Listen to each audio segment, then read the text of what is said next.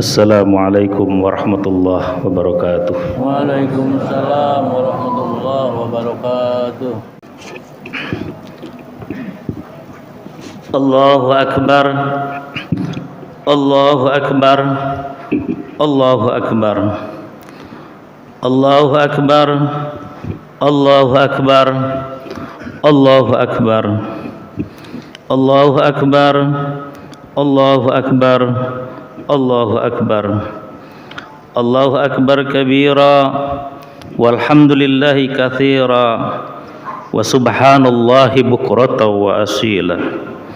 La ilaha illallah wahdah sadaqa wa'dah wa nasara 'abdah wa 'azza jundahu wa hazamal ahzaba wahdah. La ilaha illallah wahdah wa la na'budu illa iyyah. Asyhadu an la ilaha illallah wahdah la syarika lah wa asyhadu anna Muhammadan abduhu wa rasuluh alladzi la nabiyya ba'dah. Allahumma salli wa sallim ala nabiyil karim Muhammadin wa alihi wa sahbihi ajma'in, amma ba'du. Fa ya ayyuhal mu'minun usikum wa iyaya nafsi bitaqwallah fa inna khairaz zadit taqwa. Qala subhanahu wa ta'ala a'udzu billahi minasy syaithanir rajim. Bismillahirrahmanirrahim. Ya ayyuhalladzina amanu taqullaha wa qulu qawlan sadida yuslih lakum a'malakum wa yaghfir lakum dhunubakum wa may yuti'illaha wa rasulahu faqad faza fawzan 'azima. Kaum muslimin wal muslimat rahimakumullah, mari kita panjatkan takbir, tahmid dan tasbih kehadirat Allah subhanahu wa ta'ala sebagai ungkapan rasa syukur kita atas rahmah, maghfirah Allah dan segala nikmat yang kita rasakan selama 1 bulan penuh kita melakukan ibadah puasa Ramadan dengan penuh keikhlasan semata mengharap ridha Allah subhanahu wa ta'ala. Selanjutnya salawat dan salam mari kita senantiasa panjatkan keharibaan Nabi besar Muhammad sallallahu alaihi wasallam beserta keluarga dan sahabatnya. Allahu akbar, Allahu akbar, Allahu akbar, walillahil hamd. Ma'asyiral muslimin rahimakumullah, baru saja kita menyelesaikan ibadah puasa Ramadan. Sebuah tuntunan beribadah yang terbilang cukup panjang dibanding ibadah-ibadah yang lainnya, yang bersifat massal, bersifat global, sekaligus memberikan momentum untuk refleksi diri dan sosial, untuk membangun motivasi peradaban dan masa depan yang lebih baik. Sehingga meskipun ada yang merasakan cukup melelahkan, ibadah Ramadan ini sangat membekas, meninggalkan kerinduan tersendiri bagi orang-orang yang menjalankannya berdasarkan iman dan penuh harap akan ridha Allah subhanahu wa ta'ala. Hari ini ya Allah, kami bersyukur, kami syukuri dengan sukacita, kami kumandangkan takbir, kami gemakan tahmid semata-mata untuk mengagungkan nama-Mu ya Allah, sesuai ajaran Rasul-Mu yang agung. Setelah 1 bulan kami menahan hawa nafsu, lapar dan dahaga, hari ini kami rayakan dengan sukacita, namun penuh pengharapan kiranya kami dapat mengamalkan nilai-nilai kegemblengan Ramadan dalam kehidupan sehari-hari. Ramadan, kedatangan-Mu dan kepergian-Mu selalu kami rindukan. Semoga kami dapat bersua dengan-Mu di masa yang akan datang. Ramadan, Engkau ibarat kawah candra di muka, Engkau ibarat sekolah penempaan mental dan spiritual kami. Selama sebulan Engkau ajari kami bagaimana memaknai hidup dan kehidupan, bagaimana meneladani nabi-Mu, bagaimana kami belajar mencontoh sifat-sifat-Mu ya Rabb. Selama sebulan kami berusaha sekuat tenaga mencontoh sifat-Mu ya Allah yang Maha Rahman, welas asih kepada semua makhluk. Ramadan mengajari kami untuk menebar kasih sayang kepada sekeliling kami. Engkau zat pemberi rizki. Pada bulan Ramadan ini kami belajar untuk memberi sebagian rezeki kami yang Kau berikan kepada saudara kami. Ramadan juga mengajari kami untuk menempa mental solidaritas kepada saudara-saudara kami yang terbiasa dengan kekurangan akan sandang dan pangan. Selama Ramadan kami menahan makan dan minum hingga kami dapat merasakan lapar dan haus saudara-saudara kami yang miskin papa. Ramadan pun mengajari kami untuk menahan emosi, yakni menahan amarah, hasud dan dengki kepada orang lain, selain menjaga anggota badan kami dari perbuatan yang dapat menyakiti saudara, tetangga dan sekeliling kami. Ya Rabb, kami menyadari puasa kami belumlah sempurna sebagaimana yang Engkau dan Nabi-Mu ajarkan. Namun ya Rabb, kami tak pernah henti berharap akan rahmat dan ampunan-Mu yang maha luas. Ya Rabb, terimalah segala amal ibadah kami, sempurnakanlah kekurangan kami dan kealpaan kami selama amaliyah Ramadan kami, sehingga kami termasuk ke dalam golongan orang-orang muttaqun yang Engkau ampuni sebagaimana sabda Nabi-Mu, man shoma ramadhana imanan wahtisaban ghufira lahu ma taqaddama min dhanbi. Barang siapa yang berpuasa karena iman dan semata menghadap ridha Allah, ia akan diampuni dosa-dosanya yang telah lalu. Amin amin ya rabbal alamin. Allahu akbar, Allahu akbar, Allahu akbar, walillahil hamd. Saudara kaum muslimin rahimakumullah, perayaan Idul Fitri kali ini sangatlah berbeda dengan tahun-tahun sebelumnya. Saat ini dunia tidak baik-baik saja sebenarnya. Dunia masih dihantui krisis kesehatan akibat pandemi COVID-19 yang berdampak pada krisis ekonomi, krisis pangan dan bahkan krisis kemanusiaan. Krisis ekonomi ditandai dengan tingginya angka pengangguran dan kemiskinan. Ini belum cukup, dunia masih dipenuhi dengan peperangan yang entah kapan akan berakhir.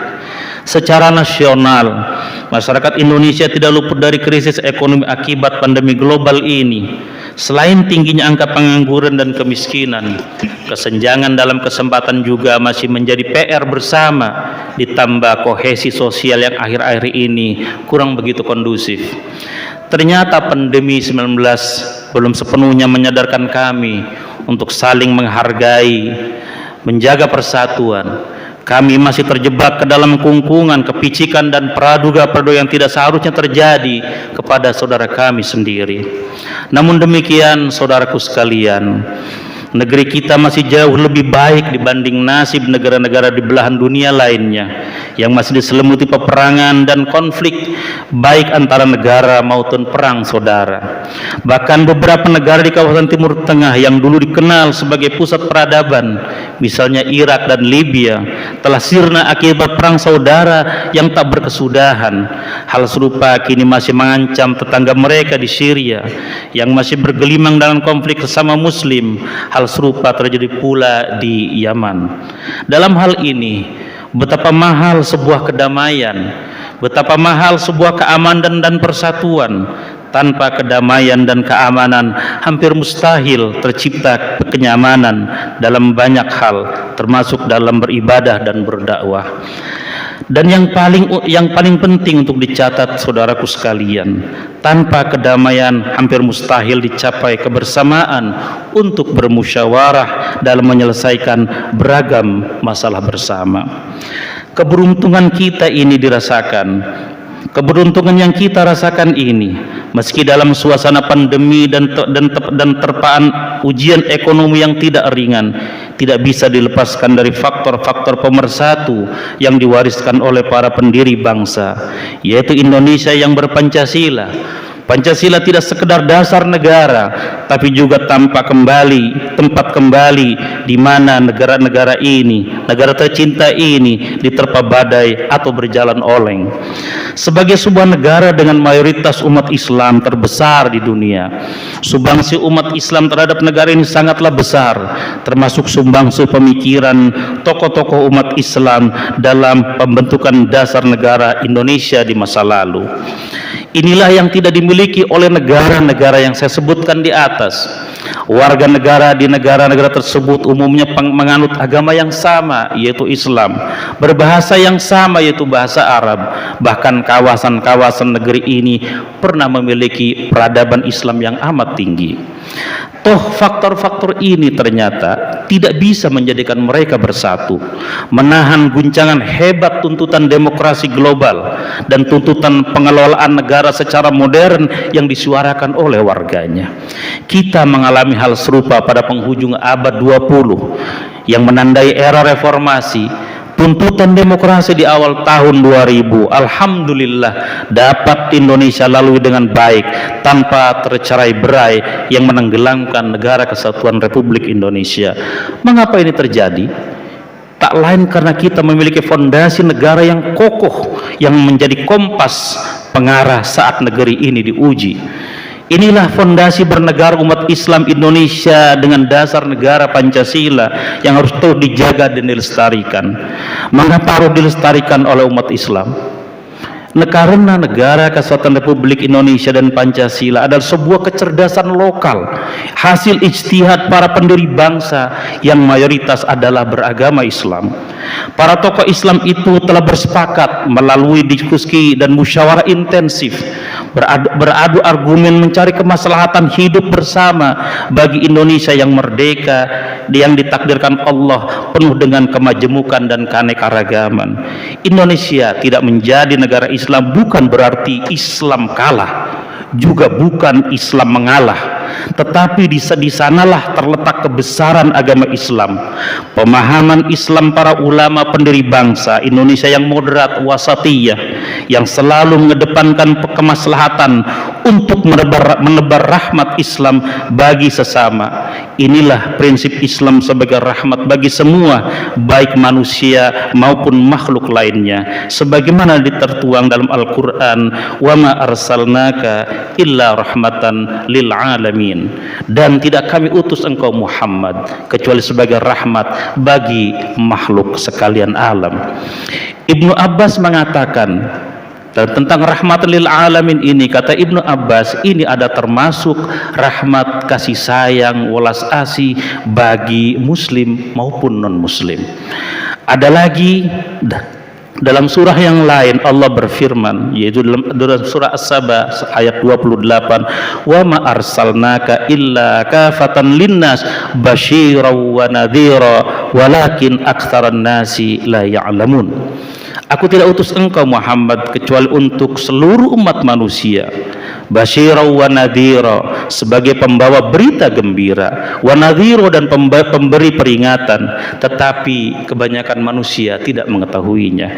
Sejalan dengan pesan moral ayat ini, dalam praktek bernegara dielaborasikan oleh para ulama yang arif bijaksana dengan formula kaidah dasar fikhiyah, darul mafasid muqaddamun ala jalbil masalih, menghindari atau menolak sesuatu yang mendatangkan kerusakan, kemudaratan didahulukan atas sesuatu yang mendatangkan manfaat. Artinya, jika ada dua hal atau kesempatan antara sesuatu yang nampak maslahat dan mudarat, maka harus didahulukan adalah menolak kemudaratan seperti ancaman perpecahan anak bangsa daripada mengambil dugaan adanya manfaat bentuk negara berdasarkan agama. Ini sesuai dengan perkataan ulama, al-ijtinabu muqaddamun 'alal ijtilab. Bersikap menjauhi hal-hal negatif harus didahulukan daripada mengambil manfaat hal-hal yang positif. Allahu akbar walillahil hamd. Dalam konteks sekarang misalnya, larangan salat berjamaah di tengah hebatnya COVID-19 pada tahun yang lalu, bersandar pada kaidah fikih ini, salat jamaah adalah manfaat, sementara Ancaman sementara ancaman COVID-19 adalah mafsadah, ancaman jiwa manusia. Maka menghindari penularan virus harus didahulukan daripada mengambil manfaat dari sholat jamaah di masjid tersebut. Hal ini sesuatu dengan maksud tujuan syariah Islamiyah adalah untuk keberlangsungan, kemaslahatan atau kehidupan umat manusia. Inilah dasar pemikiran syariah para ulama dahulu yang bersepakat Indonesia merdeka berdasarkan Pancasila, bukan berdasarkan agama.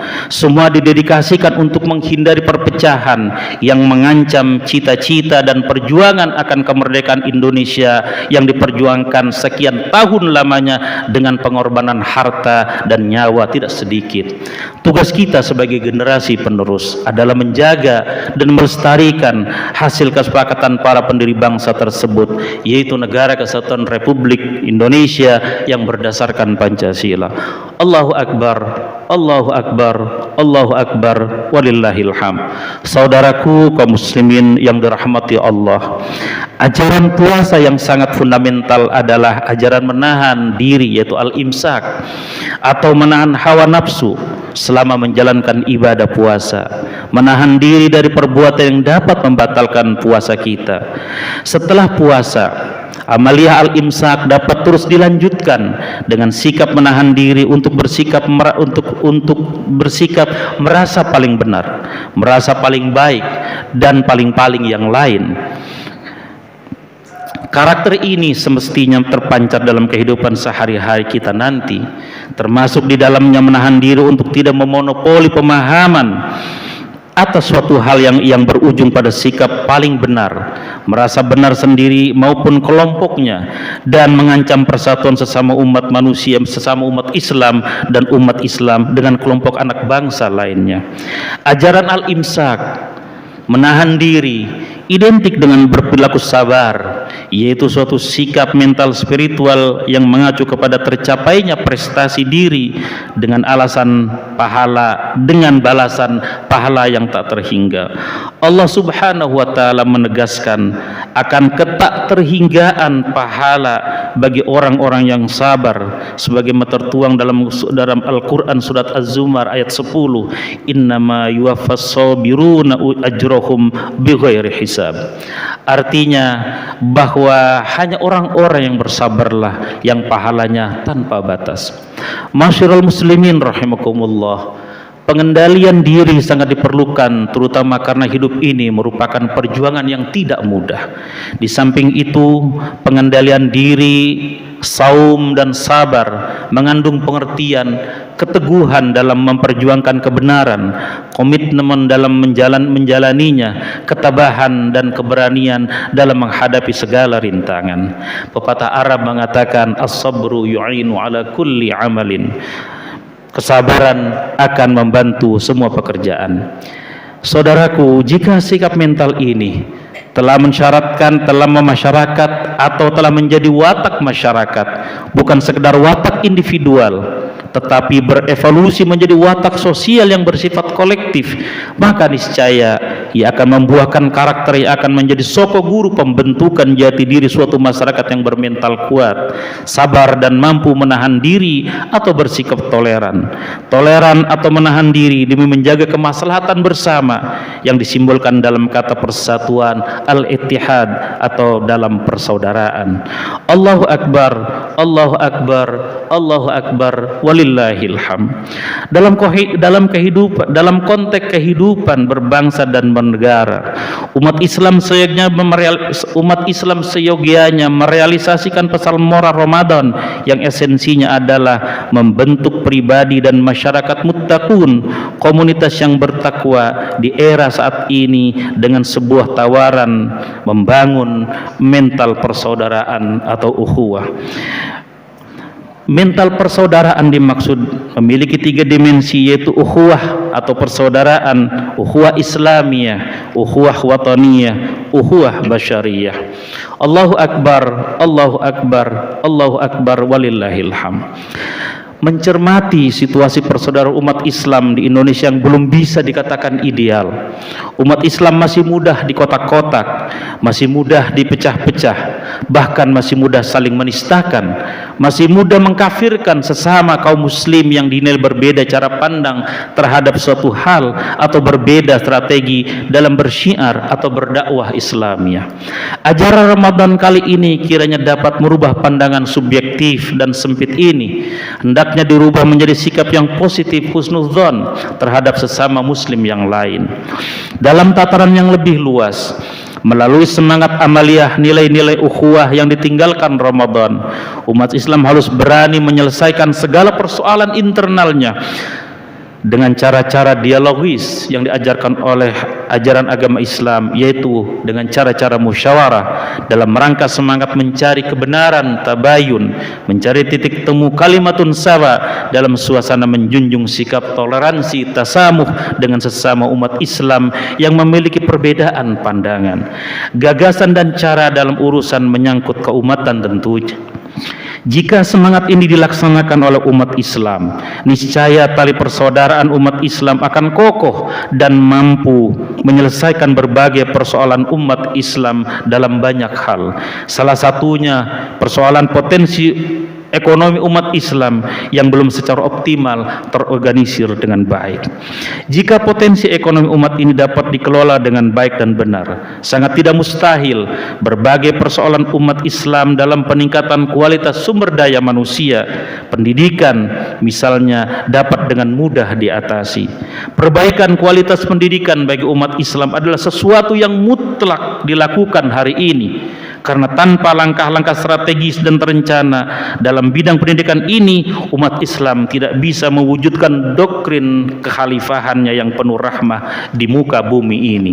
Sebagai umat yang diberi mandat untuk menjadi pencipta peradaban dunia yang lebih baik, peradaban Islam mendatang dalam konteks pergumulan global hari ini adalah suatu konsep peradaban keumatan yang moderat, ummatan wasata, dan mampu bersinergi, bekerja sama dengan umat atau kelompok lainnya dalam mewujudkan kehidupan yang harmoni untuk kemaslahatan hidup bersama di muka bumi yang hanya satu-satunya ini. Bumi yang di atasnya terdapat perbedaan, kemajemukan dalam banyak hal sebagai sunnatullah dan energi bagi kehidupan peradaban semesta.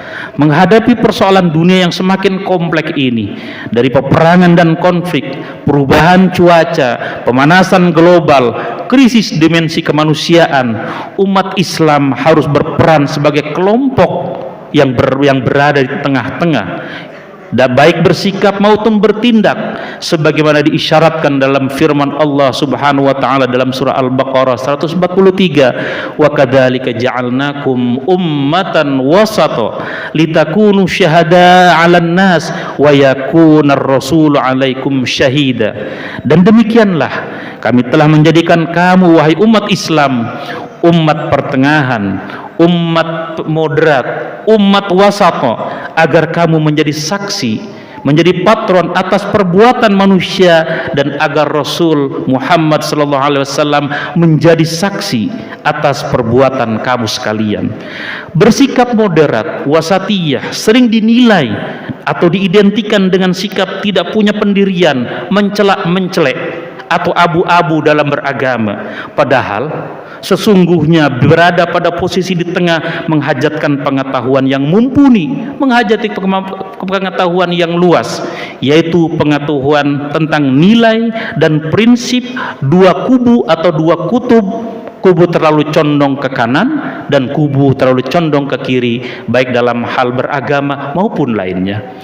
Menjadi moderat tidak mudah, tidak semudah yang dikatakan banyak orang. Menjadi moderat atau berada di tengah membutuhkan pengetahuan dan kebijaksanaan yang maha luas. Inilah salah satu prinsip ukhuwah basyariyah, persaudaraan semesta alam. Allahu Akbar, Allahu Akbar, Allahu Akbar, walillahil hamd. Di era disrupsi sosial dewasa ini, di mana pakem-pakem kehidupan yang sudah mapan terancam runtuh akibat revolusi ilmu pengetahuan yang luar biasa dan kesadaran global umat manusia, ancaman nyata dari kemajuan ilmu pengetahuan informasi digital misalnya, yang membuat dunia begitu cepat dan terintegrasi, adalah tatanan nasional suatu bangsa. Berbarengan dengan kecanggihan teknologi ini adalah derasnya gerakan berbaju agama lintas negara. Konflik politik dan kekerasan yang diberi label agama pada suatu kawasan dengan mudah diimpor ke negara-negara yang relatif aman. Ide dan gagasan atau konsep beragama terkadang dengan mudah diterima tanpa daya kritis oleh kalangan yang awam agama dan awam sejarah bangsanya sendiri. Terlebih di kalangan generasi muda yang tengah bergejolak dalam pencarian identitas diri. Dalam konteks Indonesia, gejala impor pemikiran agama lintas negara ini banyak dijumpai, bahkan bertolak belakang dengan konsep dasar Negara Kesatuan Republik Indonesia. Mereka ini umumnya terjebak pada sikap simbolik Islam dan cenderung menyalahkan kelompok lain, bahkan memandang negara Indonesia sebagai kawasan perang.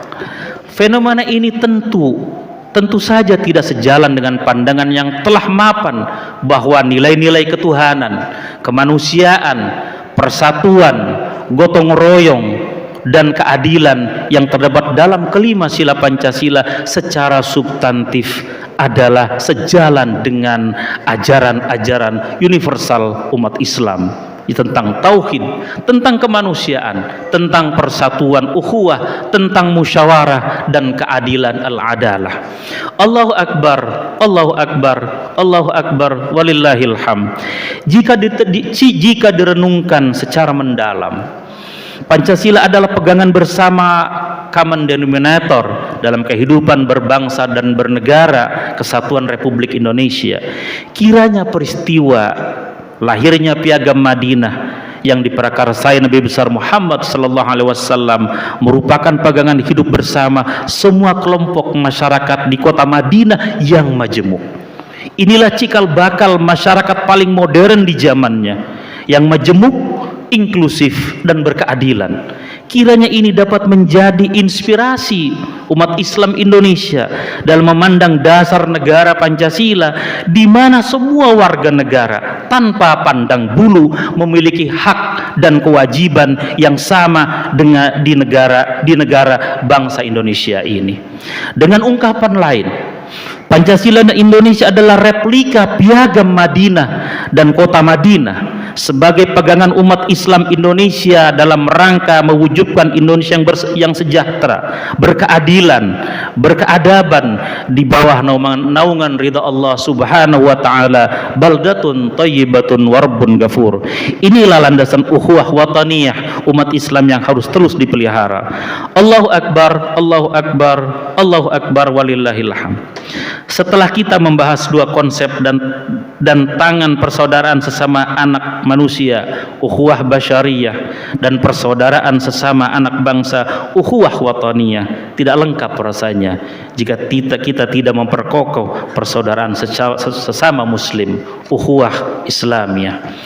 Persaudaraan sesama umat Islam secara tegas dikatakan oleh Al-Quran dalam surah Al-Hujurat ayat 10, innamal mu'minuna ikhwatun fa aslihu baina akhwaikum wattaqullah la'allakum turhamun. Sesungguhnya orang-orang mukmin itu bersaudara, karena itu damaikanlah antara kedua saudaramu dan bertakwalah kepada Allah agar kamu mendapat rahmat.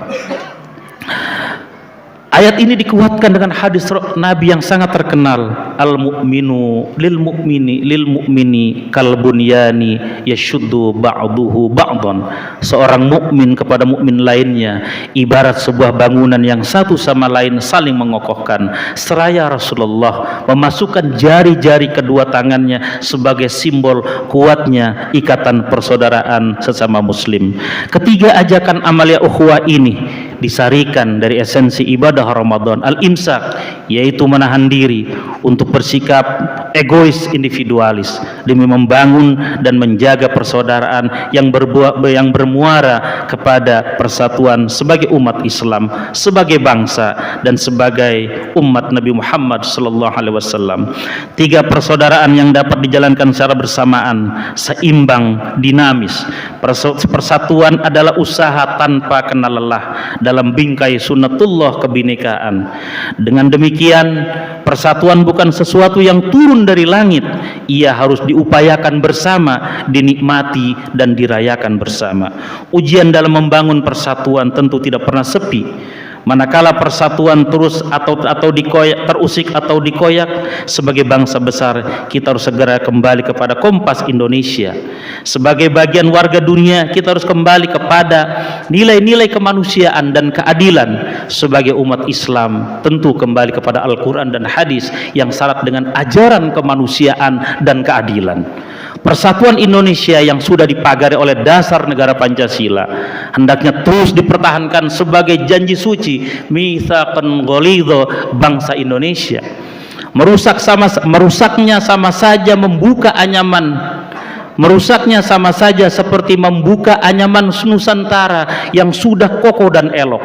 Jangan sampai anyaman persatuan ini dirusak, yang menyebabkan bangsa ini terkoyak-koyak. Hal ini seperti diilustrasikan oleh Al-Quran dengan perumpamaan seorang perempuan yang merusak tenunan, anyaman yang dengan susah payah ia buat sendiri, lalu dia merusaknya. Seperti disinggung dalam Al-Quran surat An-Nahl ayat 92, wala takunu kallati naqadat ghazlaha min ba'di quwwatin angkatha. Artinya, dan janganlah kamu seperti seorang perempuan yang menguraikan benangnya yang sudah dipintal dengan kuat lalu menjadi cerai-berai kembali. Pesan moral dari ayat ini adalah hendaknya umat Islam melaksanakan atau menjaga perjanjian dan tidak merusaknya, sebagaimana seorang perempuan di atas yang mencerai-beraikan, merusak tenunan yang sudah kokoh yang ia pintal sendiri. Allahu Akbar, Allahu Akbar, Allahu Akbar, walillahil hamd.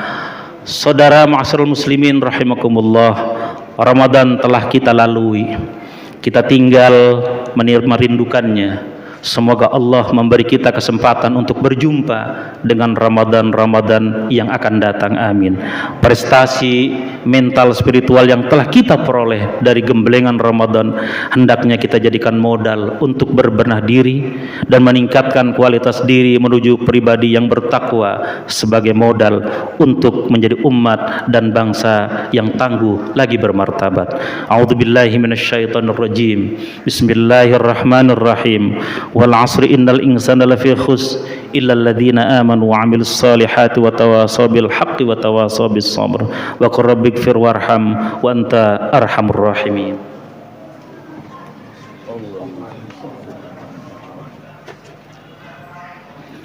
Allahu akbar, Allahu akbar, Allahu akbar, Allahu akbar, Allahu akbar, Allahu akbar, Allahu akbar kabira, walhamdulillahi katsira, wa subhanallahi bukratan wa asila.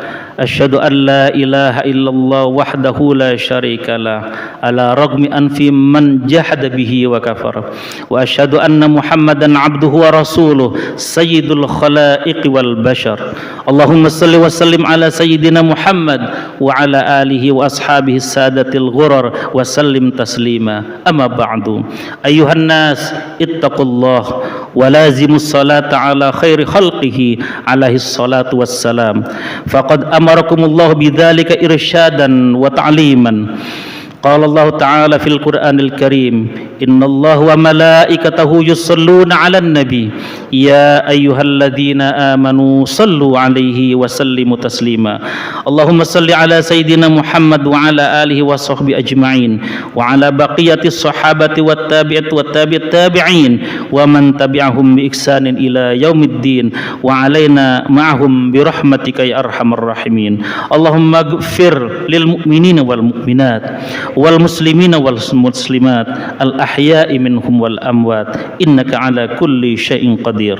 Allahumma ansur man nasara ad-din wa khudhul man khadala al muslimin waj'al baldatana Indonesia hadhihi baldatan tayyibatan tajri fiha ahkamuka wa sunnatu rasulik ya hayyu ya qayyum. Rabbana ighfir lana wa liwalidina warhamhum kama rabbawna shighara. Rabbana atina fid dunya hasanah wa fil akhirati hasanah wa qina adzabannar. Subhana rabbika rabbil izzati amma yasifun wa salamun alal mursalin walhamdulillahi rabbil alamin.